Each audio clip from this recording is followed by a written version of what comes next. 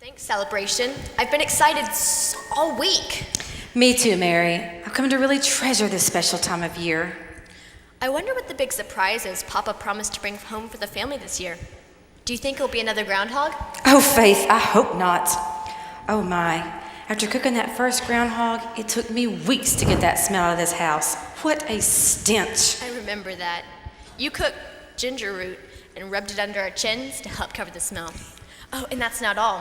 When I went to school, Charity and Deborah thought that I was displaying vanity by wearing a worldly perfume. They told the headmaster, and he was going to make me write sentences. Oh, Mary, you never told me that. Oh, I did not get into any real trouble. When I told Headmaster Jones what was happening, he looked at me very seriously for a moment, and then he burst into laughter. You know, I could not use ginger in my soup for months after that groundhog. I would rather... What is it, Mama? What's troubling you? You know, I started to say I would rather go without food than have another groundhog again, but then I remembered our first winter here. You've never told me about that, but I have heard some of the older children at school speak about it in whispers. What was it really like? Mary, we traveled on that Mayflower ship for 65 days from Plymouth to the New World. And then when we reached Virginia, we couldn't even make it in there because of the weather. We found shelter in Provincetown Harbor on 21st of November in 1620. But with winter setting in, we had no food, no homes, and no idea what the New World even looked like. Do you know the captain threatened to throw us on shore without any supplies? What a dreadful thing to do. It would have been the death of us, but we managed to get the captain to let the women stay aboard the ship for a couple of months while the men went exploring, trying to find a suitable building site for the new colony. But in December, they were attacked by a group of Wampanoag natives. That must have been so frightening. It was awful. Then the men started to build a common house, but in January it burned down. Thankfully, we managed to convince the captain to harbor for the winter and wait until spring to voyage home when the weather would be better. It's a good thing, too, because that ship became our home for many months. What was it like living on the ship, knowing that the New World was so close? Oh, it was very trying at times. I mean, we had come so far, and yet the women and children hadn't even seen the new land.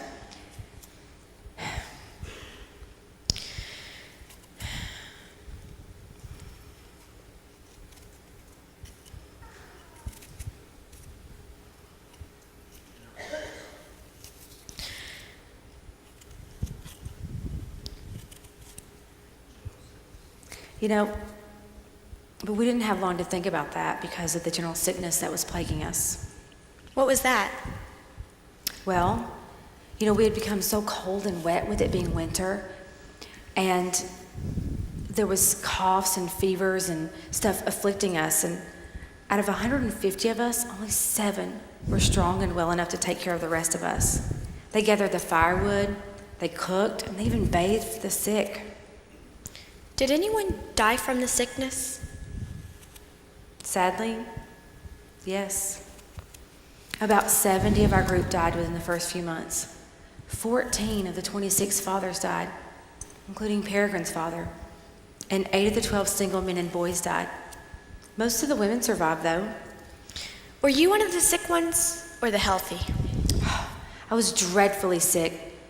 Much of the time I was unable to walk, and my skin was so hot and feverish, and I had these strange visions in my head. What about Papa? Oh, your Papa, he was one of the healthy ones. He worked so hard for so long. You know, I remember at that time our food was rationed, but he always managed to find a way to put some extra venison or soup in my bowl. That was when I was starting to think, he's taking a liking to me. Oh dear. Now, I realized that he was actually giving up his own portions so that I could have enough food to recover. Mama, that's so sweet. Yeah. Your Papa is deeply in love with God, and he cares for his fellow men, just as God told us to. What happened next? Well, God sent us 2 helpers. First, Samoset, who spoke a little bit of English, visit our village. And he came back later with Massasoit, the leader of the Wampanoag tribe, and he brought 60 of his warriors. And they brought with him Squanto, who spoke even better English. So Mr. Squanto was here at the beginning? He was. Originally, he had been captured and taken to Spain by the slave traders, but he managed to escape to England. 4 years later, he returned back home here, only to find that his entire tribe had died, probably from sickness from the slave traders. So God brought us together. He brought us Squanto, an English-speaking Indian, to teach us how to survive, and we became his family. He's so much fun to learn from. He's always showing up at school and bringing some animal or a plant and talking to us about how to use them. That's Squanto. Do you know he taught us how to fish and how to plant corn? He's been with us ever since. So how did the first giving of thanks feast happen? Well, that first summer in harvest, we had so much food because of Squanto's help and God's blessings, so the governor decided to have a celebration.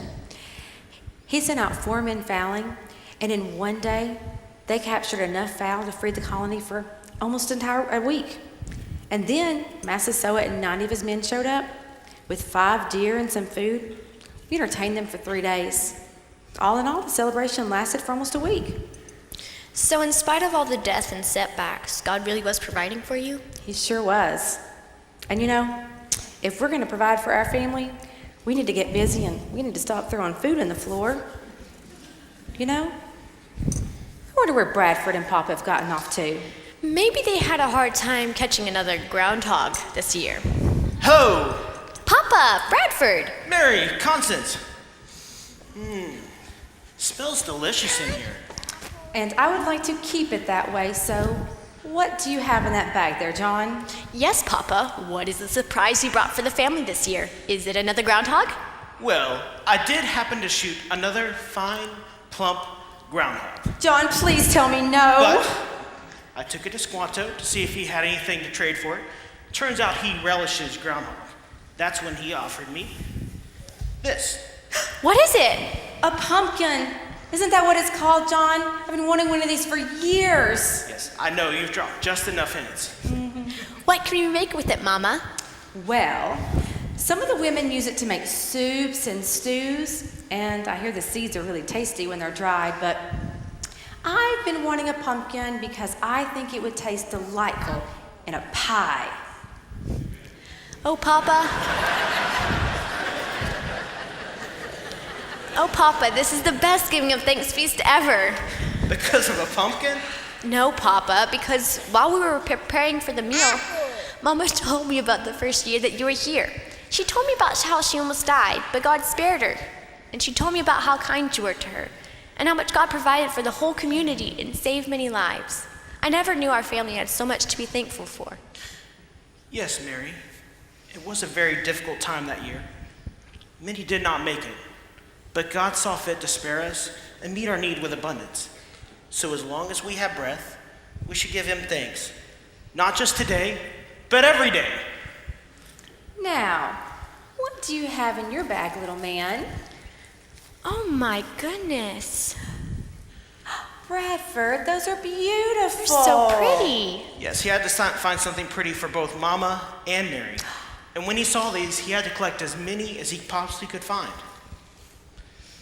I was thinking, Constance, that we could use some of our extra oil paper from the windows. We could take some of the leaves, put them between 2 sheets. Then we could use your hot iron to press them together. The leaves would be preserved, and we could enjoy their beauty all winter long. That is a splendid idea for you and Bradford to do.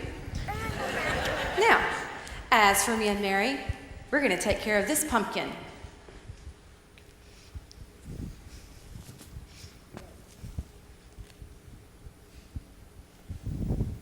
Looking back, I didn't know all the twists and turns that life was going to bring our way.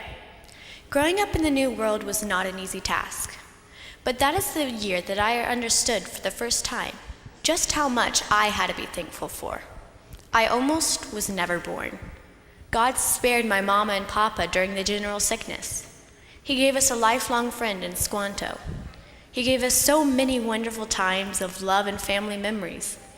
And that's why that Thanksgiving feast is my favorite, because that is the first time I understood what Thanksgiving really means.